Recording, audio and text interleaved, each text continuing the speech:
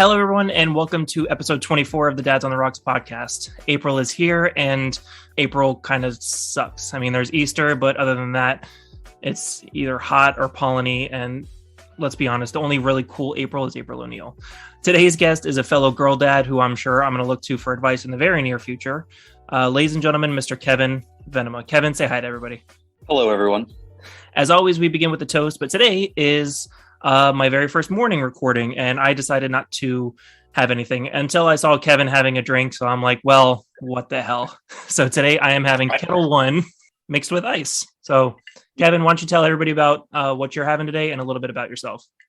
Well, I wasn't going to drink anything this early because, like I said, you actually, well, you didn't wake me up, but I saw your text and I was like, oh yeah, we got to do the podcast. I wasn't going to drink anything, and I hadn't told Jessica about the podcast. And I said, remember Freddie when we went over to the house in the fountain? She said, yeah. And I was like, I'm gonna have a whiskey this morning because I miss Freddie. So I'm drinking. It wasn't my first choice, but you motivated me to go buy my favorite whiskey in a little while when they open. Right now I'm drinking the Dalmore, their Portwood. It's a little sweet, but for like $70 a bottle, I would much rather be drinking. Well, this is $70 a bottle. I would rather be drinking the Basil Hayden Dark Rye though. And that's like $35 or $40. Yeah, that's a steal for something good like that. And even Jessica will drink that too. She'll sip on that on the rocks. So super smooth. I don't think I've actually had that one. I feel like I might, but I can't remember. So which sounds about right. I just had enough of it. Yeah, their Dark Rye and their Caribbean Cask Rye are phenomenal. The Caribbean is very hard to find, and it's kind of a seasonal thing. I don't know what seasons they do it. But yeah, if you can get your hands on the Caribbean Rye, it's super dark and super sweet, and it really makes that Kentucky bourbon. It like takes some of that bite away. Nice. Why don't you tell our listeners a little bit about yourself? I'm in law enforcement now. I did 6 years in the Army before I got into police work, and I did one combat tour in Iraq. And then when I came home, I figured I'd either wanted to go into law enforcement or fire academy. I kind of figured the law enforcement would be my route. That's what my dad did. My dad was a cop for about 40 something years. So I was on the fire list, and firemen are a lot more popular. So their waiting list was about a year long. At the time, police was still actually pretty popular. So there was a little bit of a waiting list. I applied about 5 different agencies, and Pines was the first one to pick me up. So I've been at Pines now for just about 18 years. Wow, I didn't realize it was that long that you were with Pembroke Pines. I know. 2 years. I dropped in about 2 years. Can't believe it. That's amazing. So we worked together. For anybody that knows me, I worked at the police department for probably about 10 years. And Kevin and I worked together. He was probably one of my favorite people to work with on the radio when I was on the operations side. It was some of the most fun times I ever had at work. So you're in law enforcement, and you're, like I said, you're obviously a girl dad as well. How old is your daughter now? She's 10. She's 10 years old. You are married. Like you already said, your wife's name is Jessica. My daughter is 4 now. And like I said, I'm probably going to look to you for advice in the next few years on how to deal with a couple of things, because she hasn't even started school yet. So just a couple of things that I'm curious about. I might reach out to you in the near future. Just a reminder, if you'd like to be a guest on the show, or know a parent that has a good story to tell and think that they'd be a good guest, just send a message to the show, Dads on the Rocks podcast @gmail.com, or on Facebook or Instagram. I will check those every day as well. Kevin, regarding parenting, by the way, I hate calling you Kevin. I always call you Venema. It's going to bother me, but I have to do it for the show. It's so strange. What is a challenge you face nowadays with your daughter being 10 years old, as opposed to where my kids are? And I know, I'm just trying to make sure that the baby doesn't kill himself. But now that your daughter's 10, she's self-sufficient. She can make her own breakfast, things like that. What are some challenges that you face nowadays? We're kind of on this cusp phase where we're like waiting for some changes to happen. And it's actually gone on a little longer than we thought. She's always been like a cuddly kid, a very affectionate kid. If you follow like any of the love language stuff, not that I do, but Jessica tells me, Ava's super sensitive, even though she's got quite a personality and wit. She can be quite a smart aleck like her dad. But she's also very sensitive to how people feel about her. And she's still, like I told you before, she slept in our bed last night. And, it's probably been a year now. I've told her, I said, at some point this is going to get kind of weird. I'm not going to be able to do this. And her response is usually, yeah, Dad, we can't let this get weird. So, but here she is 10 and she slept in our bed last night. And it's funny, those times that she's sleeping in our bed, I could not feel more comfortable. And sometimes it's rough because you know how ladies like to kick a guy out of bed. So I get like the tiniest little sliver of the bed, even though they're the small humans, they take the most amount of the bed. But I find myself, like, just our little family unit being in that bed, it's just so comforting and I feel so relaxed. It's like a nice little stress relief. So we've been getting afraid because, I wouldn't say afraid, but we know we're about to lose the little girl part of her. Sometimes when we're out in public, she doesn't want to do the hand holding. She doesn't want to like hug and kiss anymore.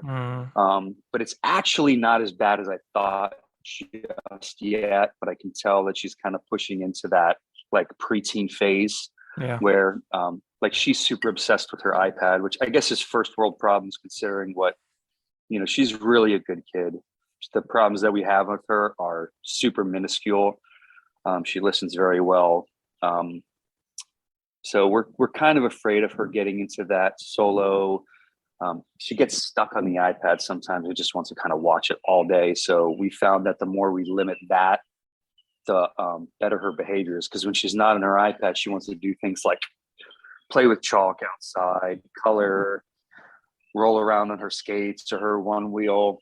And it's funny how much happier her personality is than if she's on the iPad for a couple hours and we try to get her to do something, she's just in a terrible mood. So it's not really super challenging yet, but we know that those preteen years are coming. And, it's like anything. We read books and we ask for advice and stuff, but it's one of those things that unless you're handling it and dealing with it firsthand, then you just don't know how you're going to react or how they're going to react. And you just kind of take it as it goes. Do you feel like it might be beneficial to like allow her that time for the iPad, but also delegate certain like family outdoor activities? Like when, like, my kids are too young now, but where we are now in North Carolina, there's what they call greenways, which they have everywhere. It's just walking past where you can walk through nature and do stuff like that. Like I'm looking forward to like getting bikes for the entire family and doing that. But do you feel like that's awesome? Do you feel like setting certain time aside? Like I know in law enforcement, your shift changes every once in a while. So it's not always like something you can do on Saturday, depending on what shift you work. But like say Saturday mornings, we're all going to go and do something outside, whether it be rollerblading or going for a bike ride or just going to some trail like at TY Park or something, just go walk around. Like, do you feel like just setting aside that family outdoor activity time might be beneficial? It's huge. So their kids are on spring break right now. So what we've been doing is one of her best friends who lives really close by. She's one of those kids you don't mind having over. She's super quiet. She's super respectful. So we've been basically alternating where Ava's at Melian's house one day or Melian's at our house one day.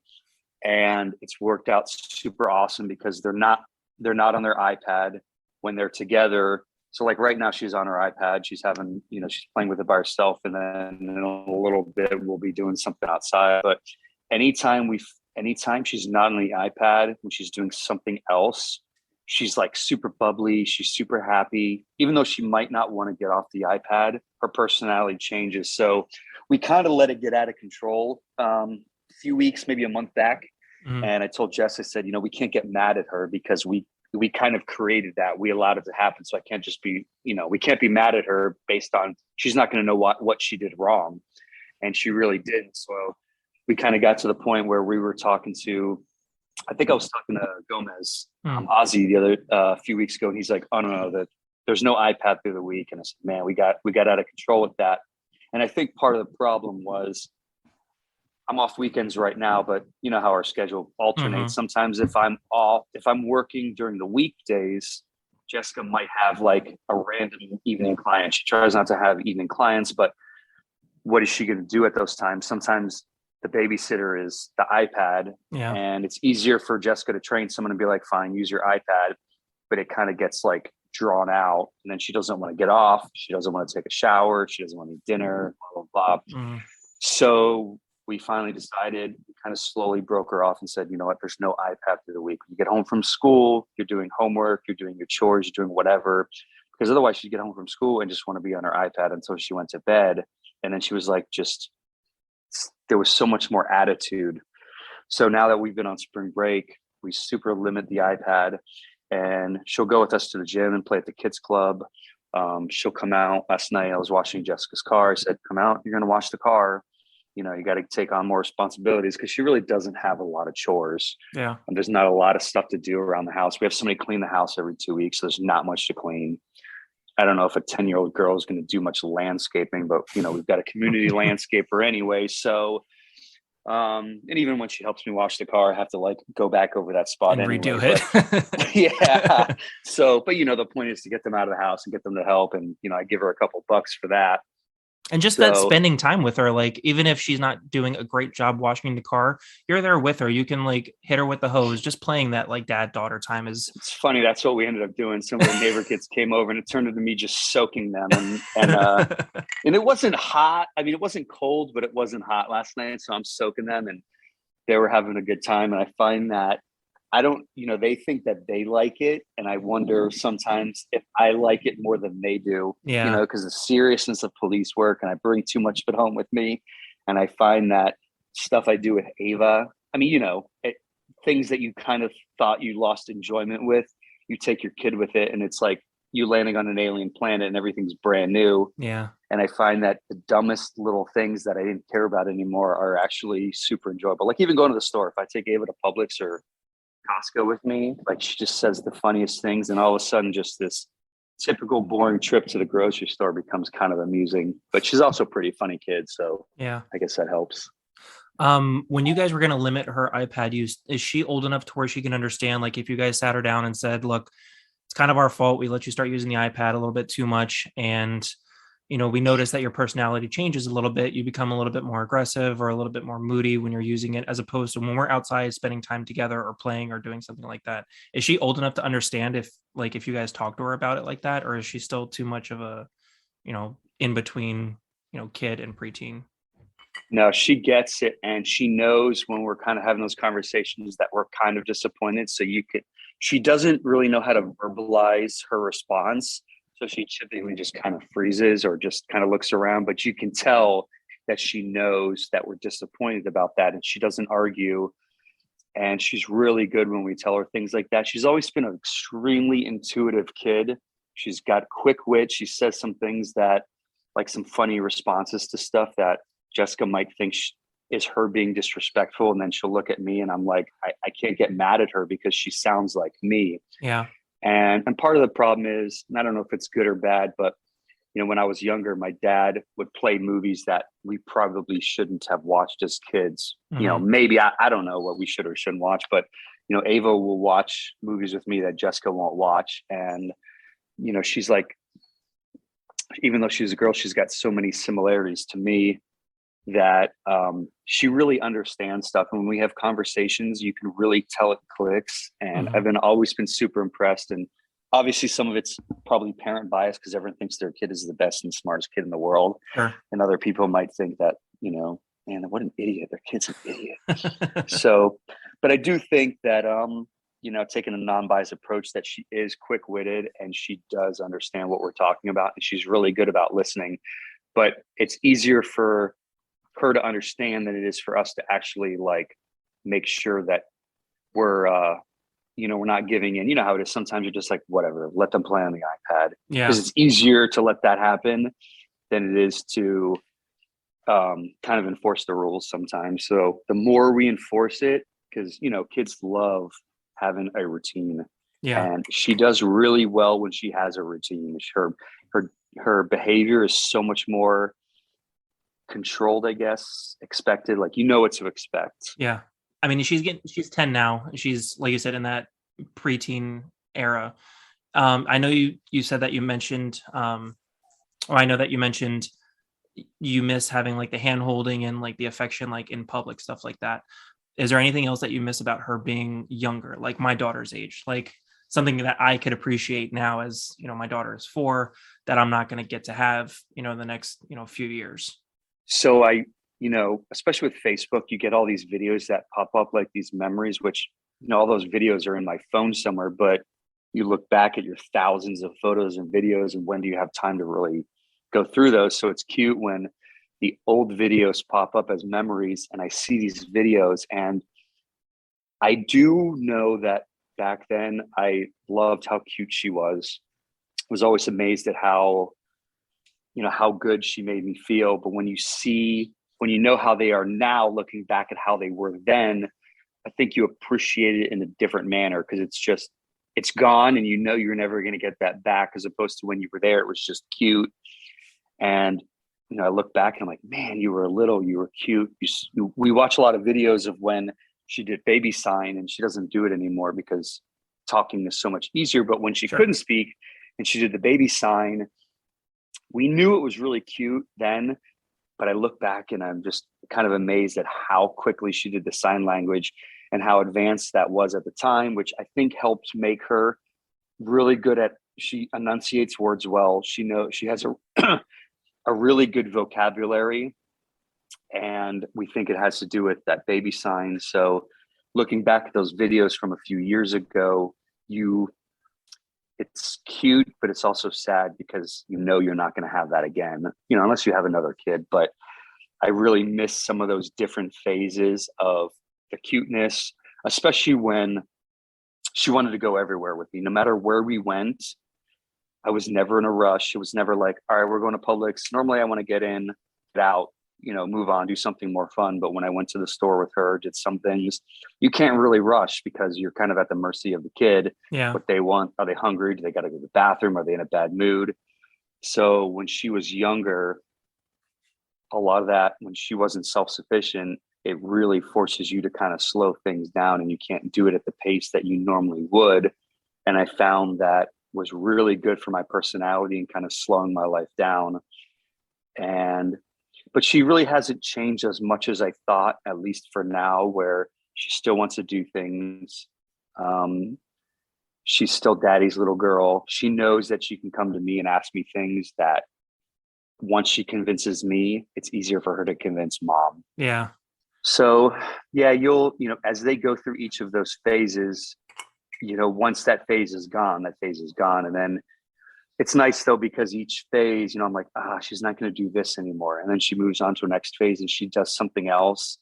And then you find that you enjoy that, because now, like, I'm giving her more advice, like older kid advice. Like the movie we were watching last night, it was a family movie. It's called The Adam Project.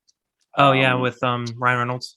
Yeah, so that's Jessica's crush. So, which I'm surprised she fell asleep. But so that's Jessica's crush, and I like him too. He's super funny. So Ava was watching it, and there's a couple like kissing scenes, and nothing like graphic or anything. Yeah. It's family oriented. But at one point, he says something to the kid who's watching mom and dad kiss, and the kid says, "I'm going to take my eyes and ears for a walk." And so I told Ava, "Why don't you take your eyes and ears for a walk?" And it's funny because I can tell she's embarrassed, but the way that I interact with her, I don't really change how I talk. I probably curse way too much, but I always curse a lot. So I really don't change how I communicate with Ava than I do with other people. Mm-hmm. And I don't know, maybe it's wrong, but it makes me feel like she knows what she's going to get from me. Yeah. So they started kissing again, and I looked at her and she's like, yeah, I'll go take my eyes and ears for a walk.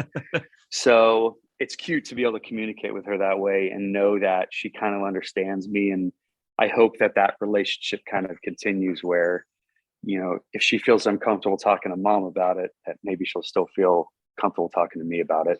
Yeah. Is there anything that you're looking forward to when gets a little bit older, or anything that you're dreading? Like, she's pretty self-sufficient now, but in a couple of years, do you guys leave her alone at the house by herself at this point? Like, I don't know when that line is. We just started experimenting with that, and you'll probably be kind of the same as me. Jessica's she's got a lot of anxiety anyway, so she's always fighting with that. I try not to be reckless. I guess it depends on who you ask, if it's reckless or careless or just laid back. And we haven't done it a lot. We do it very rare, but what we don't want to do is make it like a regular habit where we find excuses to leave her here, where I can go do this and I can do it a lot faster without her, because I don't think that that's necessarily good parenting. Yeah, no, I agree. There's just some things you got to do where, well, you're going to have to do it with your kid. You decided to have a kid, but every now and then, like I might have to leave for work and Jessica's got like an overlapping client, I tell her, I'm like, she's got her iPhone, she's got her iWatch and her iPad. Mm-hmm. She knows not to answer the door. I can leave a gun around. And then when I do, it's on purpose. And she has no interest in firearms. She doesn't want to play with them. She knows to tell an adult. Yeah. She knows not to answer the door. So she's pretty good about it. So I'm slowly convincing Jess more, where there might be times where we do need to leave her home alone for a brief amount of time, and it'll be fine. But as long as it's not like, hey, well, I want to go and grab a drink with the guys and you're not going to be home from work for 2 hours up, and I can leave her home. Well, I don't think that would be an appropriate time. Yeah. And I think that would be where, sorry guys, I can't meet up until later because this is what good parenting is. Yeah, exactly. So I don't know what the actual age is. I'm pretty sure I've seen or known people that have left their kids home at even younger. And I forget how all that works, but I think it depends on the maturity of the kid too. Exactly. Like if she was like a wild boy, I don't know if I would do that, but I could lay her on the couch, and when I come home, she's still in that exact same spot. Yeah. She doesn't go and play with stuff. She doesn't start looking through things. If we take her on a 12-hour road trip, you wouldn't even know she was in the back seat. Yeah. So I guess around 10-ish, but again, it depends on, maybe if she was younger and depending on our work schedules, because Jessica's work schedule, being self-employed is very flexible, that maybe we would have been required to start doing that earlier. So I think a lot of it depends on, are both parents present? Are both parents working a lot? What's their other responsibilities going on? But for us, we haven't had to do it that much, which I guess is a good thing. Yeah. Well, as far as what I'm looking forward to, she's getting older and I have about 7 years I can do a full retirement. So I'm kind of excited that I'll be done working, unless I do the extra 3-year drop, but we'll play that by ear. About the time I retire, after I finish the full drop, she'll be close to getting out of high school.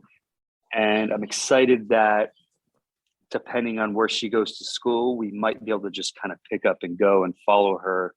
And I really want to be, being that she's our only child, I really want to be able to help her change her oil or be there to put a fan in her house or her apartment, or help her just with random stuff. I don't want to really be states away, and maybe it works out where she goes to school somewhere that we don't really want to go or can't go. I don't know why we couldn't, but I kind of want to be able to be there for her and I want to continue to have like a really, really good relationship with her. A friend of ours where Jessica used to work, one of the other trainers Jessica works with, his daughter is grown up. She's and he has a really good relationship with his daughters.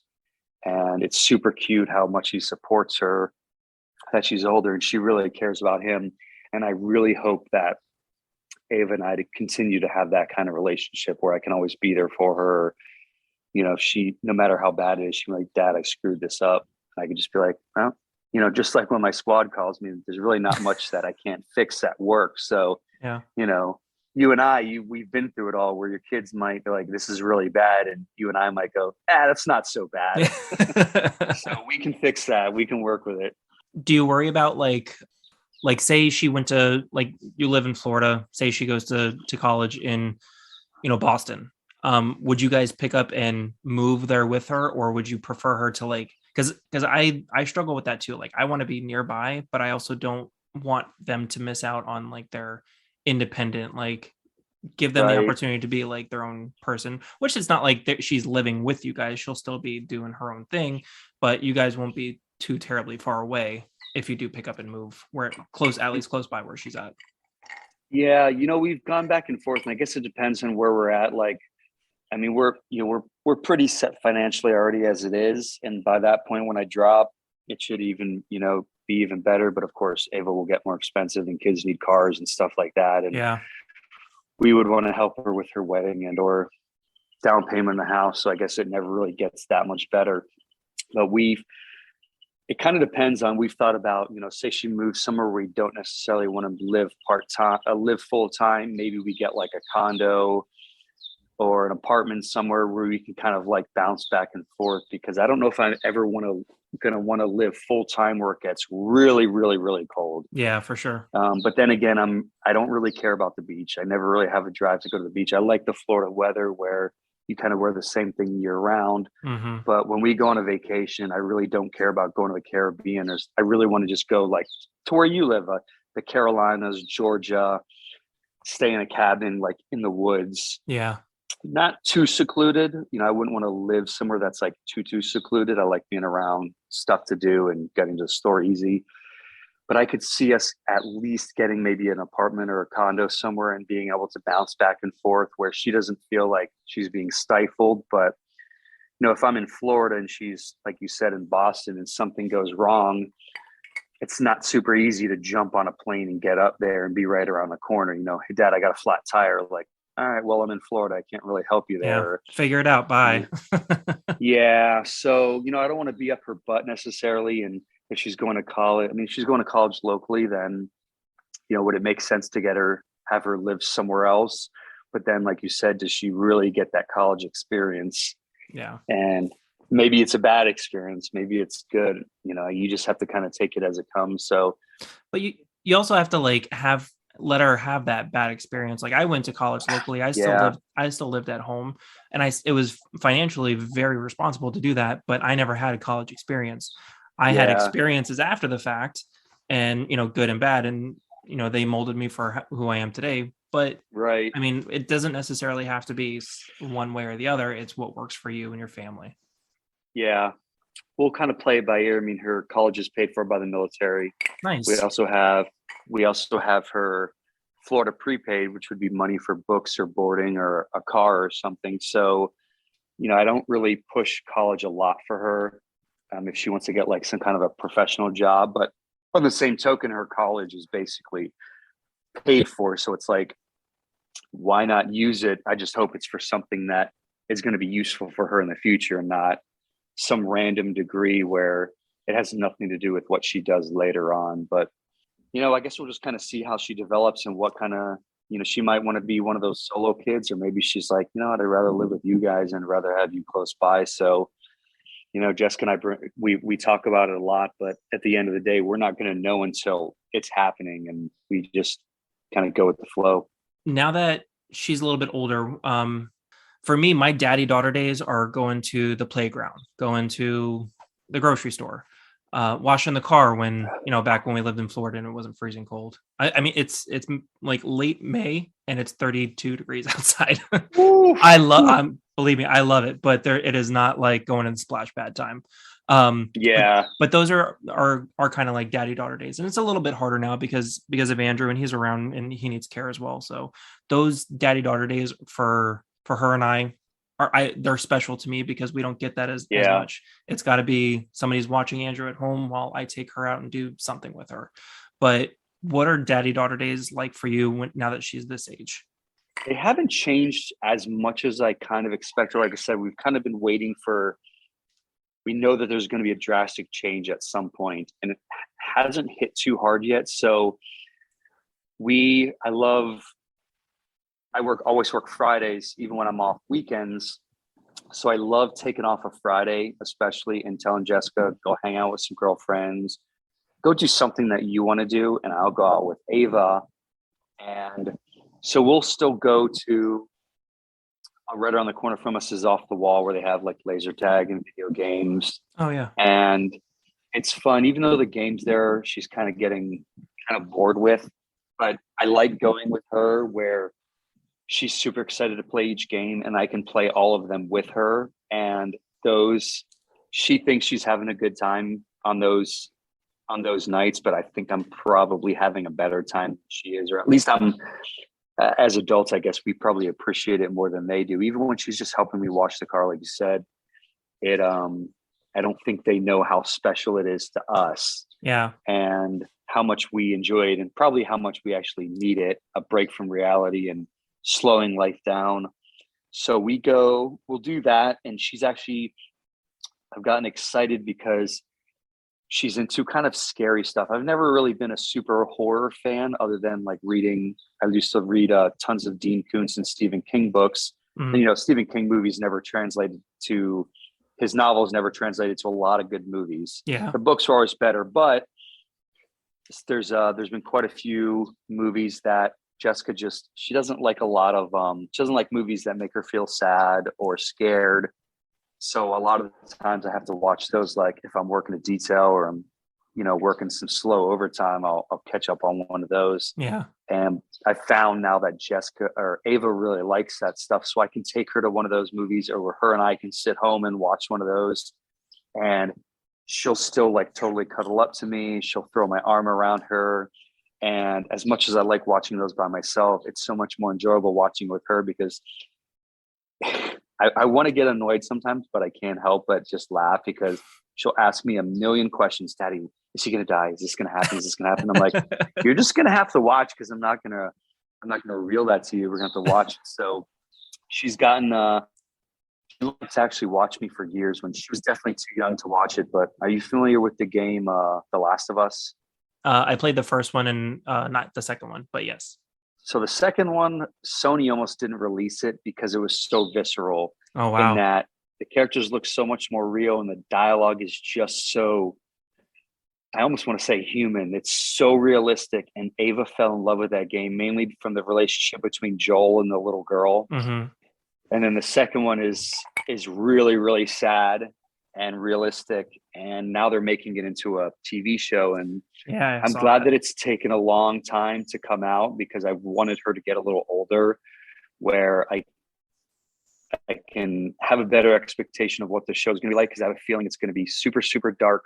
And I don't want to be a bad dad parent where she can't watch it, because I know that she really enjoys it. And it's something that we can kind of learn and watch together. And I could explain her that maybe there's some parts that you don't want to see, and then actually tell her why. So I love that she likes a lot of the things that I like, because I can't get Jessica to watch it because she doesn't enjoy that feeling. Yeah. Where Ava really, she's more of an adrenaline junkie. If I go in the car and I drive fast, Ava likes it a lot more than Jessica does. It doesn't do anything for Jessica.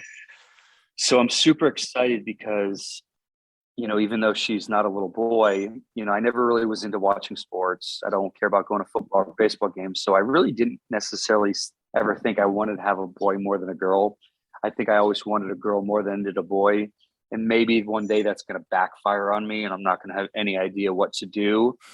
But I also don't mind the idea that I don't know what I'm doing, and then I'm going to have to learn it as I go. And it's just a new challenge and have to try to figure it out. So those dates are, we don't do them as much. And sometimes we'll take one of her friends, but we're still able to go on solo daddy daughter dates. And Mm. I can't tell you how awesome that is.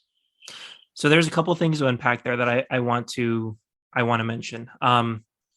First, the Stephen King thing. Have you watched I think it's on Paramount, or I think it's on Paramount Plus, but they did The Stand. It's like one season. I don't know if they're going to be doing it again, because they covered all the material in the book. I tried to read The Stand years ago, and I got like 200 pages in and nothing had happened. So I'm like, no, I'm done. But I was always interested in the story. So I watched the show that came out. Can't remember his name. He's Eric from True Blood, but he's in it. He's Randall Flagg in it. It was actually pretty good. Oh, and James Marsden, Cyclops from the original X-Men movies. He's one of the main characters too. It was pretty solid. I really enjoyed it.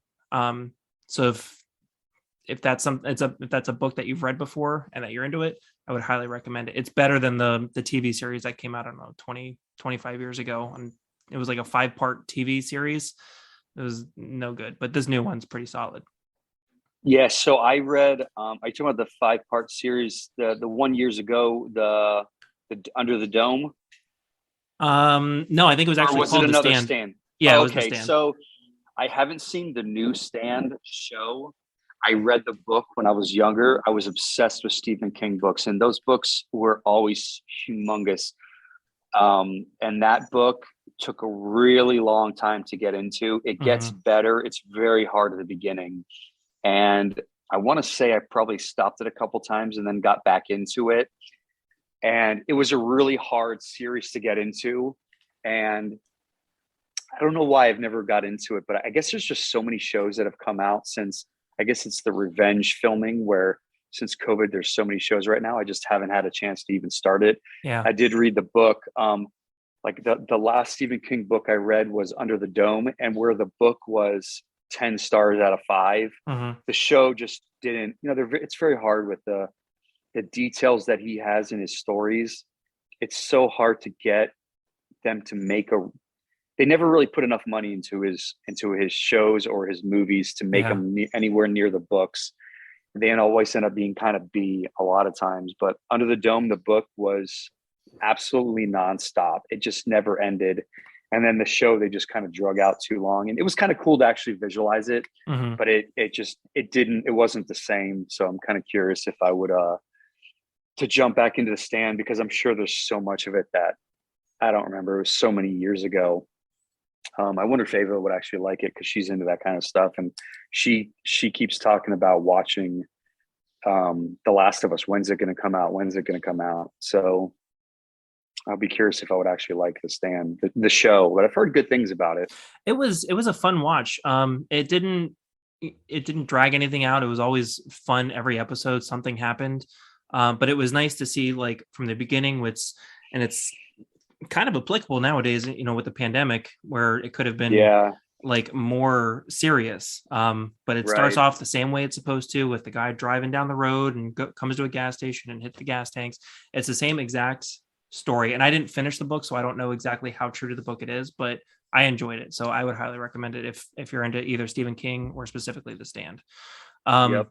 I want to move past a little bit. So I want to know, I know that you're in law enforcement and family time can be diminished because, like you said, the overtime, happens quite a bit, and it's very enticing with the money and everything. But in your downtime, when you're not being a dad or being a husband, or what, I mean, even still, but like in your downtime, what do you do when you're not being a parent, when you don't have to be on? Maybe Ava goes to bed, or whatever. Like, I know you mentioned video games and reading, but is there anything else that nowadays, what do you do in your downtime?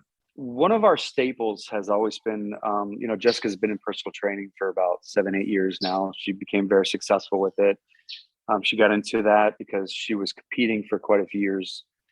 And then when Ava was getting ready to be born, and we were looking to move to Davie, I said, I think our life is going to change a lot when we have kids. And if I'm working a very hectic schedule in law enforcement, and you're working a 9 to 5, it's probably not going to work as parents. We see a lot of parents where just one has to stay home. Yeah. And I was like, I don't necessarily want you to do that. I want you to feel like you have your worth and you have the things that you do on the side, but I also want to make it flexible. So, I said, why don't you work in some kind of, get into the fitness industry more? So she got into that. And then, fast forward, we moved. It was rough at first, but it kind of allowed her to have a better schedule and very flexible. And it's nice because her schedule is so flexible that we really only have to worry about mine. And when I'm working weekends or working weekdays, it has its pros and cons, where if it's through the week, I'm missing helping out in the evenings at home, getting Ava to bed, giving her a shower, getting her homework done. And then when I'm working weekends, I can help out through the week, especially in the evenings, but then I'm missing out on some events and stuff. So Yeah. like right now we're off weekends. And so, like, what was it, last night, 2 nights ago, we really try to make sure that Jessica and we try to make sure that, we still date. Like, we go out and we have a good time. We'll go to, like, we find like themed parties to go to sometimes. And it's hard because you get tired as a parent where you want to go to bed early, and we go to some of these events that are like late at night, and it's like, do we want to go, or are we getting old? But it's fun because we're doing things that we haven't done. Like, it's like stuff we would do in college. And, it's nice to break the mold. And, like, we'll go to like these dress up theme parties that are super fun, where you get to wear different outfits and whatnot, and you get to go up, stay up late. And, it's an older professional people having a good time. Yeah. Or like 2 nights ago, we just went down to downtown Fort Lauderdale. And even though it's spring break, Fort Lauderdale is super chill for spring break nowadays. It's not like Miami Beach is. Yeah. So we went down, we had a gift card that I had left over from Christmas. We went down to a little bar over there and we just had some drinks and we talked for a couple hours, and, we didn't even stay up that late, and we got home. I guess it was late for us, midnight.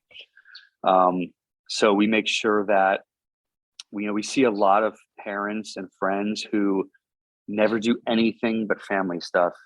And when Ava was really young, I had read, I don't know if it was an excerpt from a book or maybe it was a meme, every now and then they actually make sense and hit home, but it was something that said, I think it was an excerpt from a book, and because I took it a little more serious, and the author was talking about how so many families make their kids more important than their significant other or their spouse. Uh-huh. And what ends up happening is their relationship with their spouse fails because the kids are more important. The kids are always the excuse to can't have mommy and daddy or whatever time. You can't have that private time, or we can't go out tonight because little Johnny wants to go get ice cream or this and that. And it really hit home. And I was glad that early on, Jessica and I established that, our relationship sometimes had to take priority over being a parent. And I don't mean like the lackadaisical, terrible parents, but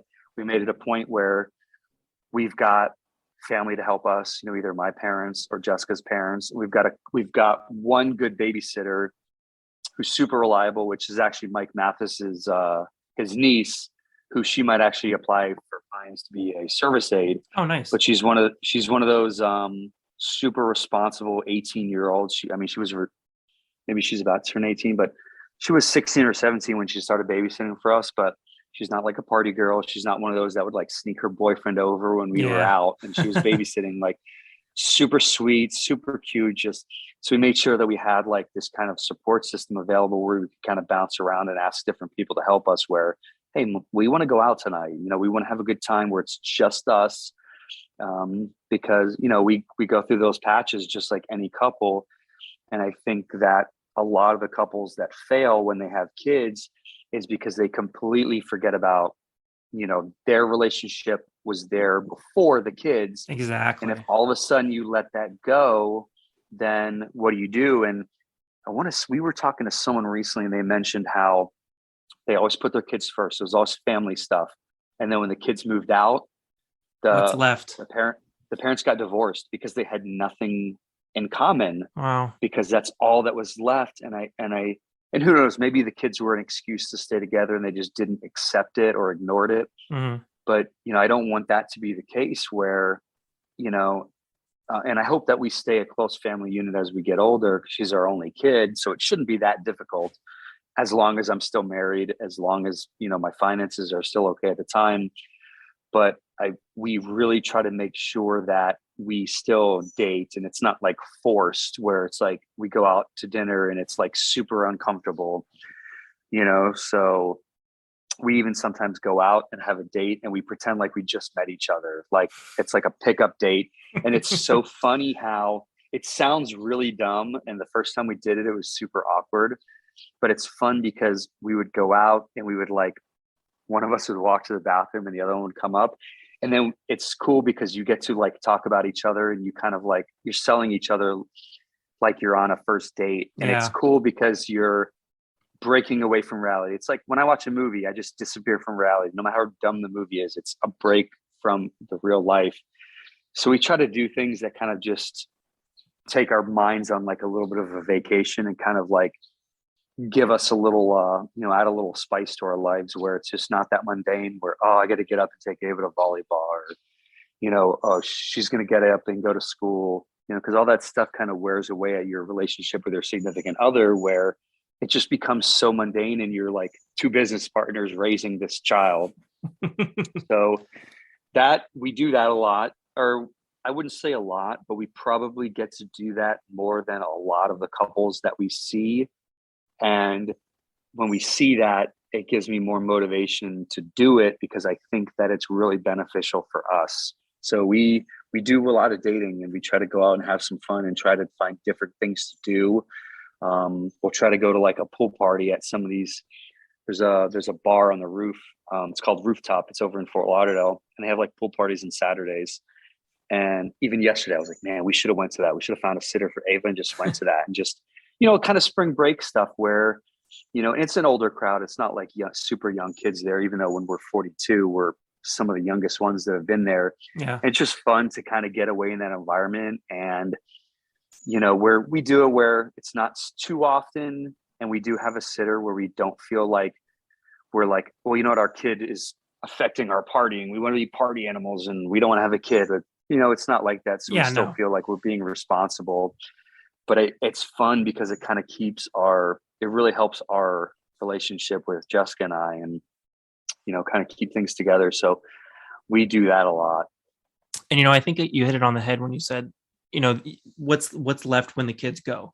And this, you're only a family because you and your significant other started this family. So if you focus entirely on the kids or whatever, what's left for when they're gone. So I think that's really important. I agree, is to make sure that family time is important, but also that husband and wife, spouse and spouse, what have you, is very important too. And it's nice that Ava's a little bit older now, so where she can go out with either grandma or the babysitter, or on those nights where she goes and sleeps over at her friend's house, and vice versa. Like, you have another family that they can go out and do that thing, or just have a quiet night at home.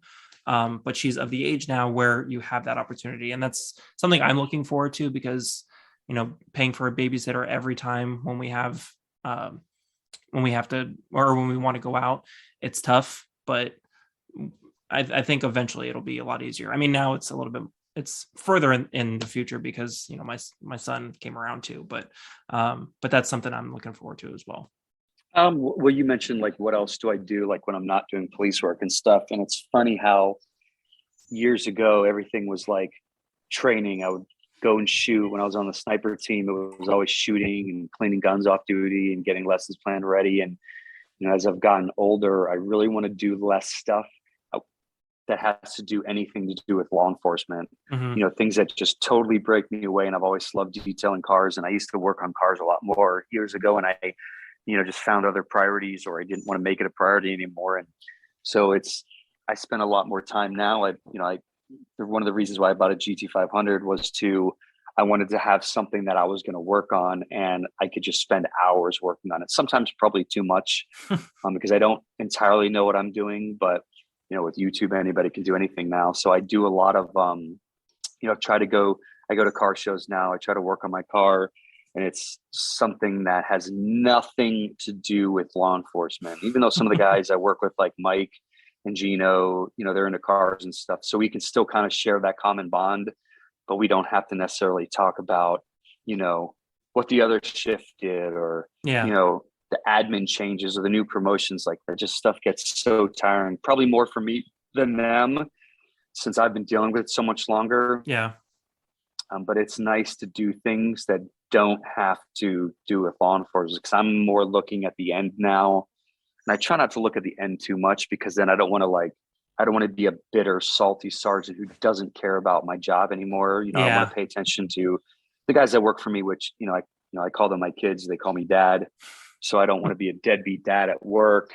So, trying to do things like Jessica and I go to the gym a lot. We'll take Ava. We try to make that a priority constantly. And I'll just work on the cars, or, detail cars. I've always actually loved detailing cars. And I think that when I'm done, when I retire, I might open up like a paint protection film company, detailing company. There's a lot of money in that, and I really like it. So maybe that's something that I'm going to do when I'm done. Because years ago I thought, maybe I'll teach firearms, which I've done before. Maybe I'll do security or something. And as I get older, the more I think, I don't want anything to do with law enforcement or firearms. I want to do something that's completely unrelated, that I can just not think about some of that old stuff anymore. Because that becomes almost entirely your identity. And that I mean, that's great for some people, but I'm in the same boat. Like I loved working for law enforcement, and I'm now working for a town. It's different. But I've always had this dream of opening up like a craft beer or cocktails bar. And that'd be so cool. And I wanted to call it 10-7 and have it be like I don't, that's great. I always had that idea. Not necessarily just a cop bar or anything like that, but something that is tailored to me, that I'm going to like, and how I would want it run. it's hard now, especially up here where you throw a rock and you've hit 3 different breweries or Yeah. something like that. It's tough, but I mean, that dream is still there. Maybe in, when I get to retire, I started all over, unfortunately, but maybe in 20 years, it'll be a little bit different. So, but I still have Yeah. that dream that I would like to go that route. It's when I go to a brewery, I think that too. Sometimes I'm like, I could work at a place like this and just nothing serious to think about. Like, even if I wasn't running it, if I was just working there, just a fun environment to be at and make a Yeah. little extra money in a cute little town. And I'm like, man, this just seems like, I mean, I guess if you're working there, then it becomes more like work. But the idea of it, just, hey, I'm going to show up to this brewery and I'm just going to make beer and be in that environment. I'm like, that just seems so much more relaxing than going to work. And, obviously the pay would be a lot different and the benefits, but, work is work and you get there and but yeah, a brewery seems like, people like us, like so different than what we do at our regular job that it would be almost a vacation. And Yeah. what seems like work to the people there might be like a vacation for us. Yeah. Like we already have a great deal of experience dealing with the public, and traditionally it's on the worst day of their lives. But in this case, it's, you get to shoot the shit with a random stranger that may be a friend someday. You just haven't met them yet. So a stranger is just a friend you haven't met. Thank you, The Simpsons. There you go. All right. I'm going to go ahead and wrap it up, Kevin. Thank you. Okay. I'm not going to do it. Venema, thank you very much for being my guest today. I always like to have my guest have the last word. So is there anything else that you'd like to share with our listeners, or any words of advice, words of wisdom? Have at it. Well, first, I can tell you that having a kid, even though I think sometimes, even though I joke around how they get in the way, or, they're cock blockers or something. I don't know if you have to bleep that out or what, but nah, it's okay. I would never change any of it for the world. Even on her worst day where she's annoying me, I still find it amusing. And, I see now when people say how they wouldn't change their lives, how it really changes their lives. And you really can't understand what it's like having a kid until you have one. And when I look at her, like, I just feel my heart being full. And it's hard, someone like me, it's hard saying that my heart ever feels full. Like, my wife would be like, you don't seem ever like you're scared, you're excited. Like, I don't show it in the way that she does, even though I do get excited. And I do, I guess being scared actually makes me kind of excited. I've always been an adrenaline junkie. Mm-hmm. But the things that my daughter gives to me is things that I don't find anywhere else, whether it's, when I was overseas, the things that I was looking for fulfillment, the fulfillment I was looking for over there, or fulfillment I get on working on cars or detailing them, or working in law enforcement or leading a squad. I wouldn't change any of that for the world, especially having a little girl. That love that we have together, I think, is something that I probably couldn't live without, or I don't know what I would be missing if I didn't have it. So the other thing is, I miss you working on the radio. I don't mind you working anywhere in the station as long as you were there. Truly was disappointed, not upset with you, but that you were leaving, because I feel like we keep losing all the really good people. All the dispatchers were either moved away or taken to BSO. And I truly miss having you on the radio. And those years where it was you and some of our other favorite dispatchers, Chiwanko on the radio, Nicole on the radio. I miss those days where now it's just when the dispatcher keys up, they do nothing but annoy me. Yeah. They just do things that you guys handled like machines. And man, it's so much different now. Other than the squad that works for me, everything else is different. All these different promotions, and you were truly made to be a radio guy. And I guess it's only fitting that you ended up doing these little podcasts, because you were so phenomenal on the radio, man. It was like you were born to do that. And I truly miss you, bro. I miss you guys too. And I will say something that I've always said before. I love communications. I think that everything fails without proper communication, whether it be in your home life or at work. But I was only good because I was trained by the best. And I give a lot of credit to them, as I always have. They're still to this day my family, and they know who they are. So, but those were some of the absolute best times, especially, I mean, things that we still quote today. One of my most favorite my most favorite memories of working with them and working with you is when we had a shooting and everything was crazy, but we still talk about it because it was so much fun. And I honestly, I was not kidding when I said you were one of my favorites to work with on the radio. So I appreciate it, man. it was nice to mutual. work. It was nice to work with them, but it was nice to work with the other side as well. When everything was great, everything was awesome. So thank you very much again, Kevin, for Venema for being my guest today. I'll talk to you soon. Love you. Miss you, bro. Love you too. Cheers. Cheers.